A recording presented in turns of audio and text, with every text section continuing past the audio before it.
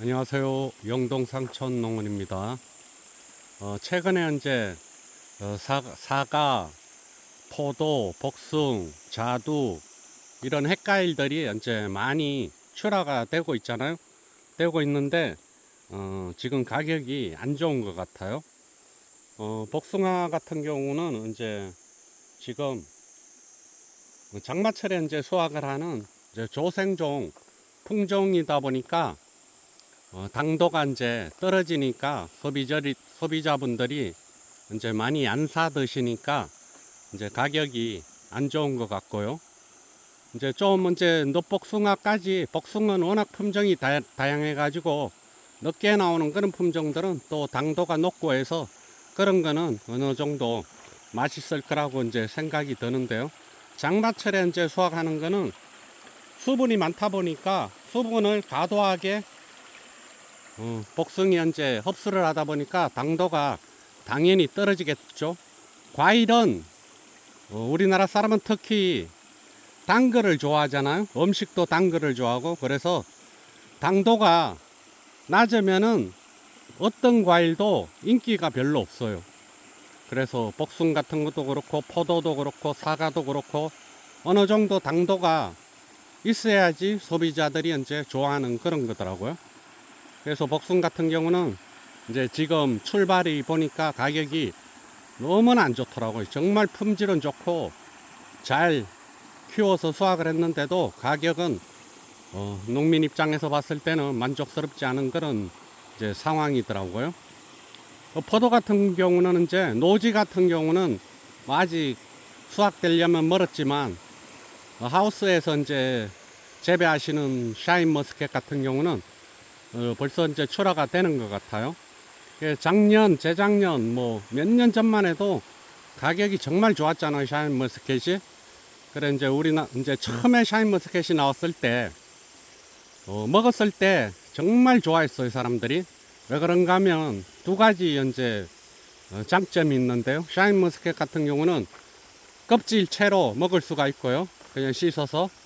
그리고 또 당도가 워낙 높았기 때문에 선풍적인 그런 인기를 끌었어요. 그런데 이제 가격이 너무 좋게 나오다 보니까 뭐 500평, 1000평 했는데 매출이 뭐 1억 넘게 이렇게 나오다 보니까 농민분들이 너무 샤인머스켓을 많이 심었어요. 그러다 보니까 이제 지금은 공급과 소비의 그런 불균형이 일어나면서 가격이 이제 어느 정도 폭락을 했고요. 또 원인이 재배 기술도 부족한데 당도를 17브릭스, 18브릭스 이렇게 올리면은 정말 비싼 가격을 받고 소비자들이 좋아해가지고 계속 비싸게 가격이 형성이 될 텐데 포도 농사를 안 짓던 분들이 너도 나도 다 뛰어드는 거예요. 그러다 보니까 기술은 안 되죠. 재배 능력은 안 되지. 당도를 끌어올릴 수 있는 그런 능력이 안 되잖아. 그러니까 일반적으로 크게 키우려고 크게 키우는 그런 비료 성분을 많이 하다 보니까 알은 크고 송이는 큰데 당도는 너무나 안 좋은 거죠.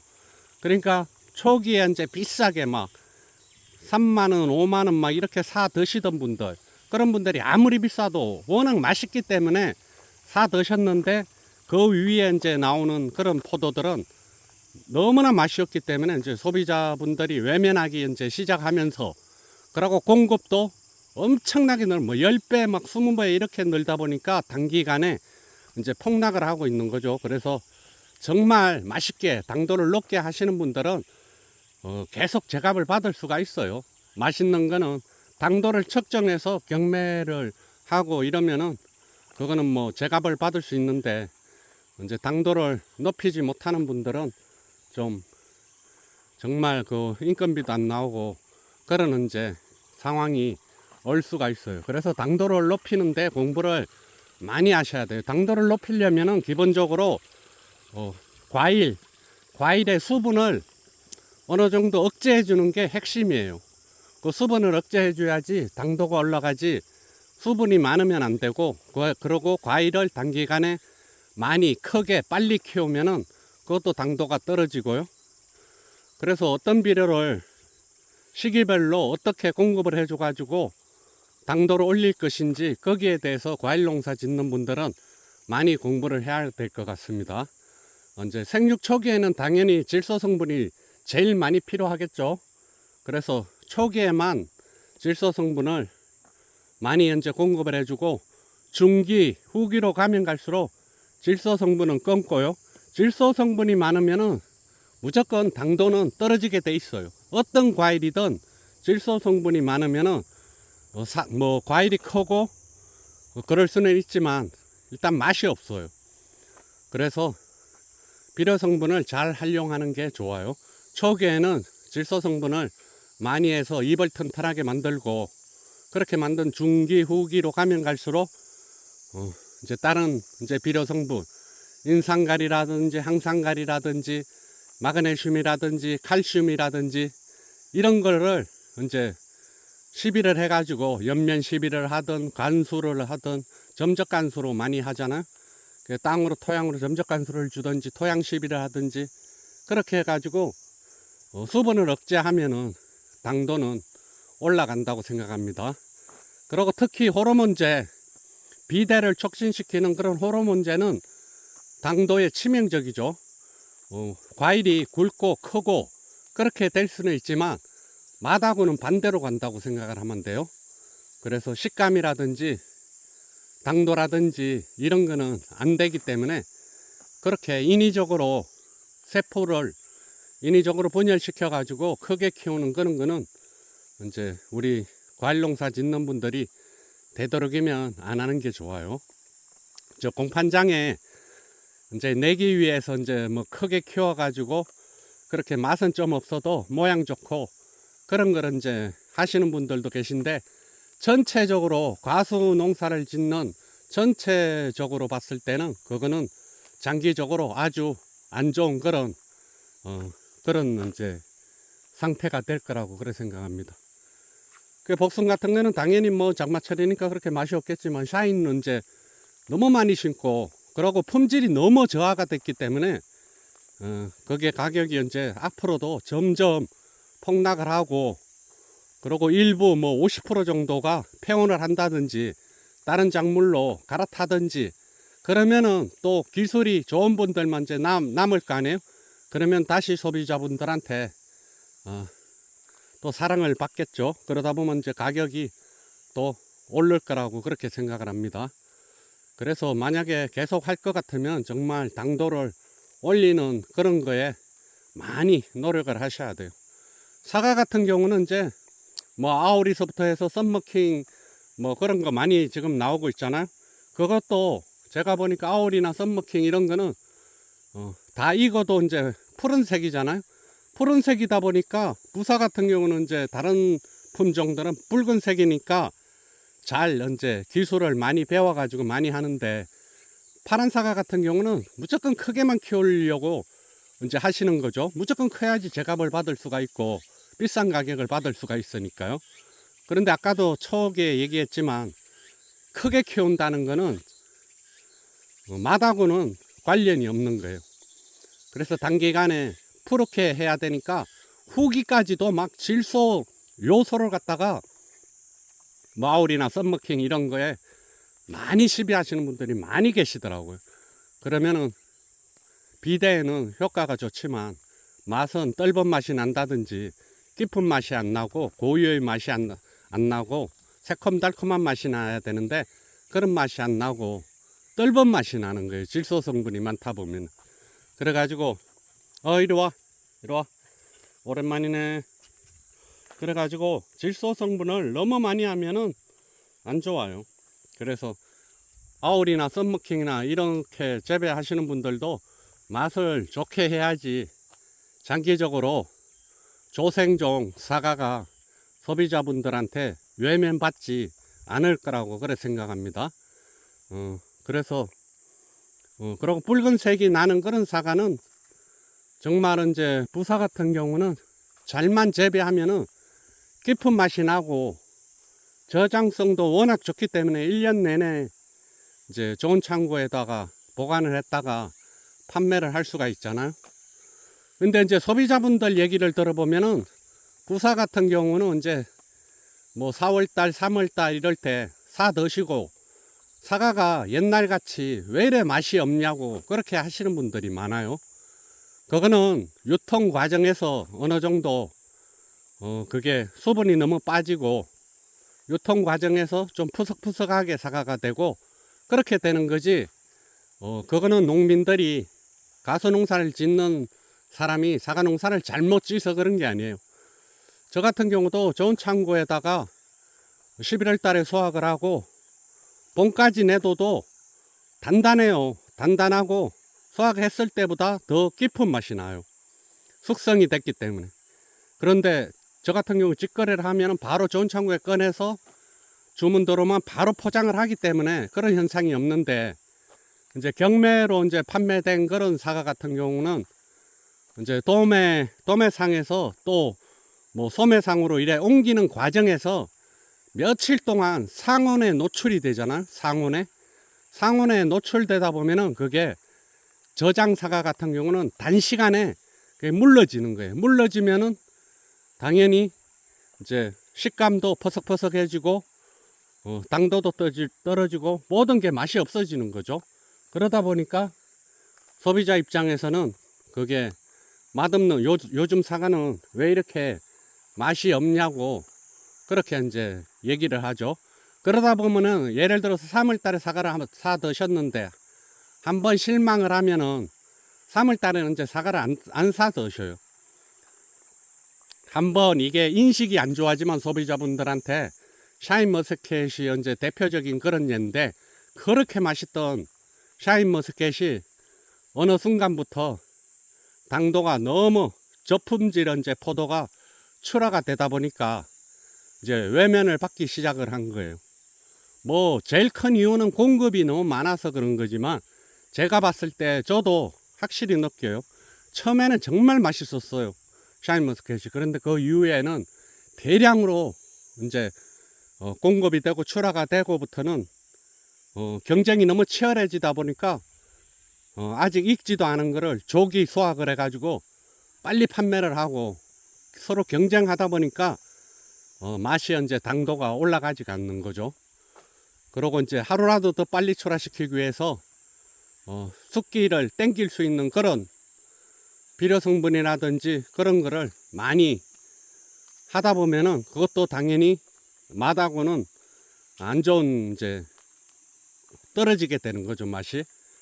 그래서 이게 참 어려운 문제인데 하루라도 더 빨리 출하를 해야지 또 그만큼 경매 가격을 더 많이 받으니까 농민들이 그렇게 이제 서로 경쟁을 하다 보니까 같이 이제 자폭되는, 같이 죽는 어떤 과일 품종이 소비자들한테 한번 외면받는 게 제일 무서운 거예요. 한번 외면을 받으면은 그 품종은 다시 살아나기가 정말 힘들어요. 그래서 저는 이제 사과 농사를 짓고 있는 사람인데 저 같은 경우는 이제 주력이 부산데 정말 맛을 좋게 하기 위해서 노력을 하는데도 그게 이제 쉽지는 않죠. 그 뭐 홍로나 뭐 이렇게 조생종, 중생종은 추석 전에 중생종 홍로 같은 경우는 빨리 출하를 하기 위해서 이제 여러 가지 방법을 이제 우리 농민들이 이제 가수 농사 짓는 분들이 많이 노력을 하는데 참 어려운 점이 많은데, 결론은 과일 농사를 짓는 우리 농민들이 뭐 포도를 하든 복숭아를 하든 자두를 하든 사과를 하든 정말 맛있게 하려는 데다가 공부를 많이 하셔가지고 정말 거기에 목숨을 걸어야 돼요.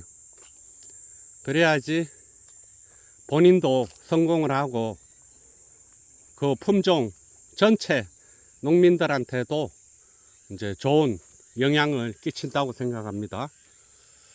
이게 더불어서 같이 잘 돼야지, 사과 같은 경우도 같이 농사가 다 잘 돼야지 맛있게, 그래야지 아 사과가 요즘 맛있다, 사과는 몸에도 좋고 하니까 그래서 소비자분들이 많이 사 드시고, 안 좋은 거는 이제 한번 일을 겪으면은 훨씬 더 외면을 하게 되는 거죠. 그래서 요즘 복숭아 가격도 농사를 짓고 있는 농민 입장에서 봤을 때는 정말 너무 싸가지고 안타까워요.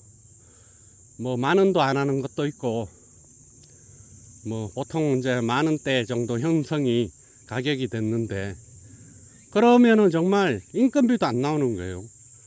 이게 우리가 어떤 과일을 하나 생산하기 위해서 봄부터 얼마나 많은 노력을 해서 그걸 수확을 하는 거예요. 근데 이제 가격이 그렇다 보면 정말 이제 힘이 빠지는 거죠.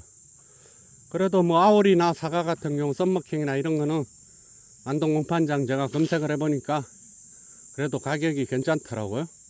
근데 복숭아하고 샤인머스켓, 이제 그거는 이제 겨울에도 불을 떼서 빨리 조기 수확하려고 해서 제일 비싼 가격인데, 첫 스타트가 샤인머스켓이 지금 아주 안 좋은 것 같습니다.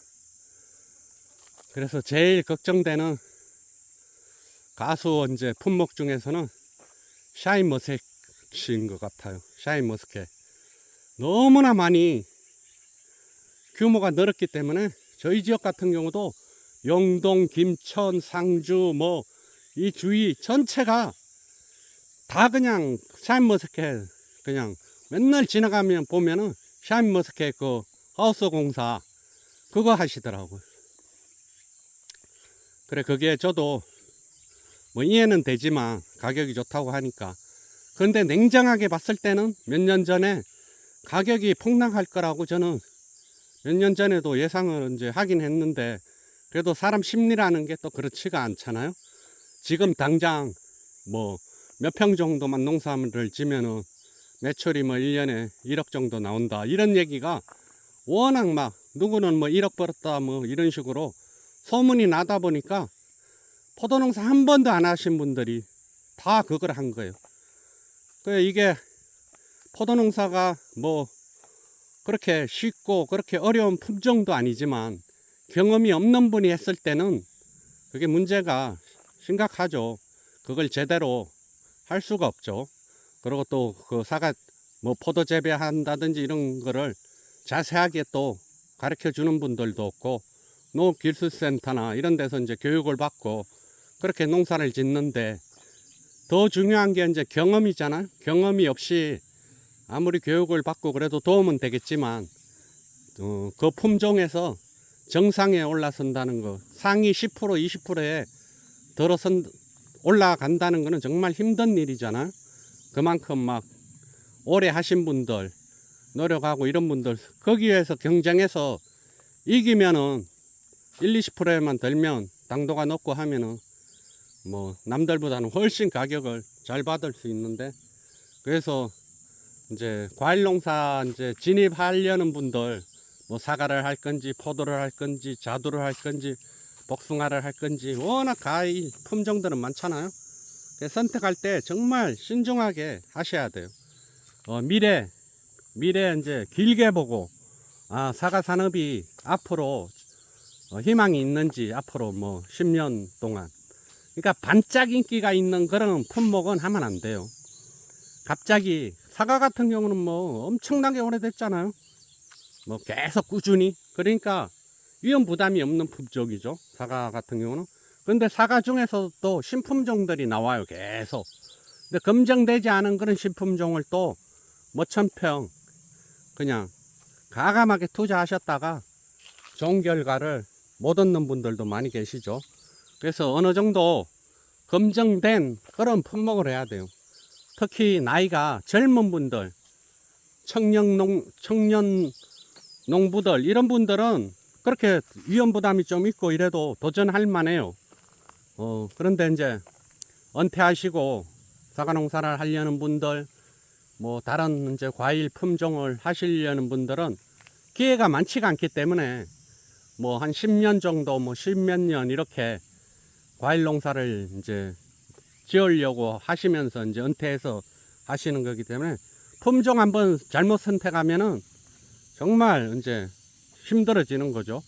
잘못하면 다시 그 사과나무 심었던 거를 다 캐내고 다른 품종을 심어야 되는 그런 상황도 오기 때문에 좀 안전하게 가기 위해서는 부사나 이렇게 완전히 검증된 그런 품종을 하시면 돼요. 부사가 워낙 맛도 있고 저장성도 높고 하기 때문에 맛있게만 하면은 소비자들이 제일 선호하는 그런 품종이기 때문에 내가 부사를 해서 부사 중에서도 상위 1, 20% 안에 들려고 노력하면 돼요. 근데 이제 신품종이나 이런 거 이제 아직 검증되지 않은, 재배 기술이 아직 발전되지 않은, 그리고 소비자분들한테 아직 검증이 되지 않은 그런 품종을 선택했을 때는 낭패를 볼 수가 있어요. 뭐 저같이 뭐 부사를 주력으로 하고 홍로도 하고 이러면서 추가로 신품종을 또 뭐 한 500평 이렇게 시작한다든지 이럴 때는 괜찮죠. 그런데 이제 처음에 시작할 때부터 신품종을 그것도 대량으로 수천 평을 그것도 또 초밀식으로 이렇게 하면은 그 농장 이제 만드는데도 돈이 워낙 많이 들고 그렇기 때문에 정말 신중하게 해야 돼요. 그 품종도 부사 같은 경우는 전 창고가 있어야 되잖아요. 좋은 창고가. 그리고 뭐 중생종 같은 경우는 추석 전에, 홍로 같은 경우는 추석 전에 수확을 해서 바로 판매를 할 수가 있어야 되고. 그러니까 어떤 품종에 따라서 추가로 돈이 더 들어가는 게 있어요. 그래서 수확을 해가지고 나는 이제 좋은 창고도 안 짓고 공판장에 바로 그냥 판매를 해야 되겠다. 이렇게 이제 많이들 시작하시죠. 그런데 사과 같은 경우는, 부사 같은 경우는 수확하는 시기가 거의 다 똑같잖아요. 그러면 물량이 넘쳐나는 거죠. 공판장에. 그러다 보면은 제값을 못 받고 좋은 창고에 넣어놨다가 이제 직거래도 하고, 나중에 직거래 이제 못하는 거는 또 나중에 뭐 대가 같은 경우는 설 전에 내야 되고, 소가 같은 경우는 이제 3, 4월 달 이럴 때 판매를 하면은 제값을 받을 수가 있어요. 근데 이제 잘못 생각해서 설 전에 소가를 가져가면은 낭패를 보는 거죠. 그때는 대가들만 인기가 있지 소가를 가져가면은 그거는 정말 가격이 안 나와요. 그러니까 이게 우리 농민들은 멀티가 돼야 돼요. 모든 걸 다 잘해야 돼요. 뭐 과일 나무를 키우는 것부터 해서 기계를 고치고 뭐 모든 거 만능 맥가이버가 돼야지 직거래도 해야 되고, 저 같은 경우도 그렇게 하고 있는데 혼자 농사도 다 짓고 혼자 다 판매도 하고 뭐 또 유튜브도 하고 만능이 돼야지 살아남을 것 같습니다. 그래서 오늘 이제 제가 그냥 초보자분들 이제 이런 영상 보시다 뭐 지금 농사를 짓고 계신 분들은 제 영상이 도움이 안 될 거예요. 뭐 했던 얘기 또 하고 뭐 그런 경우도 반복되는 경우도 영상이 많기 때문에. 근데 새로 또 계속 은퇴하시고 이제 뭐 사과 농사나 과일 농사를 지으려고 하시는 분들이 보실 때는 참고 사항이 되죠. 그래서 이제 그렇게 이제 이해하시면 될 것 같습니다. 그래서 제가 이제 좀 강하게 어필하는 부분도 있어요. 또 강하게 어필하는 부분도 그런 이제 취지가 있기 때문에 강하게 어필할 때는 강하게 어필을 하고 그렇게 하고 있습니다. 그래서 하여튼 과일 농사 우리 짓는 저를 포함해서 맛있게 만들면은 이제 소비자분들한테 사랑을 받고 제값도 받고, 그래서 이제 그 노력한 그런 힘든 그런 과정을 나중에 판매를 해서 수익금이 들어왔을 때 그때 이제 그 보람을 느낄 것 같습니다. 그래서 농사도 정말 공부를 많이 해야 된다고 생각해요.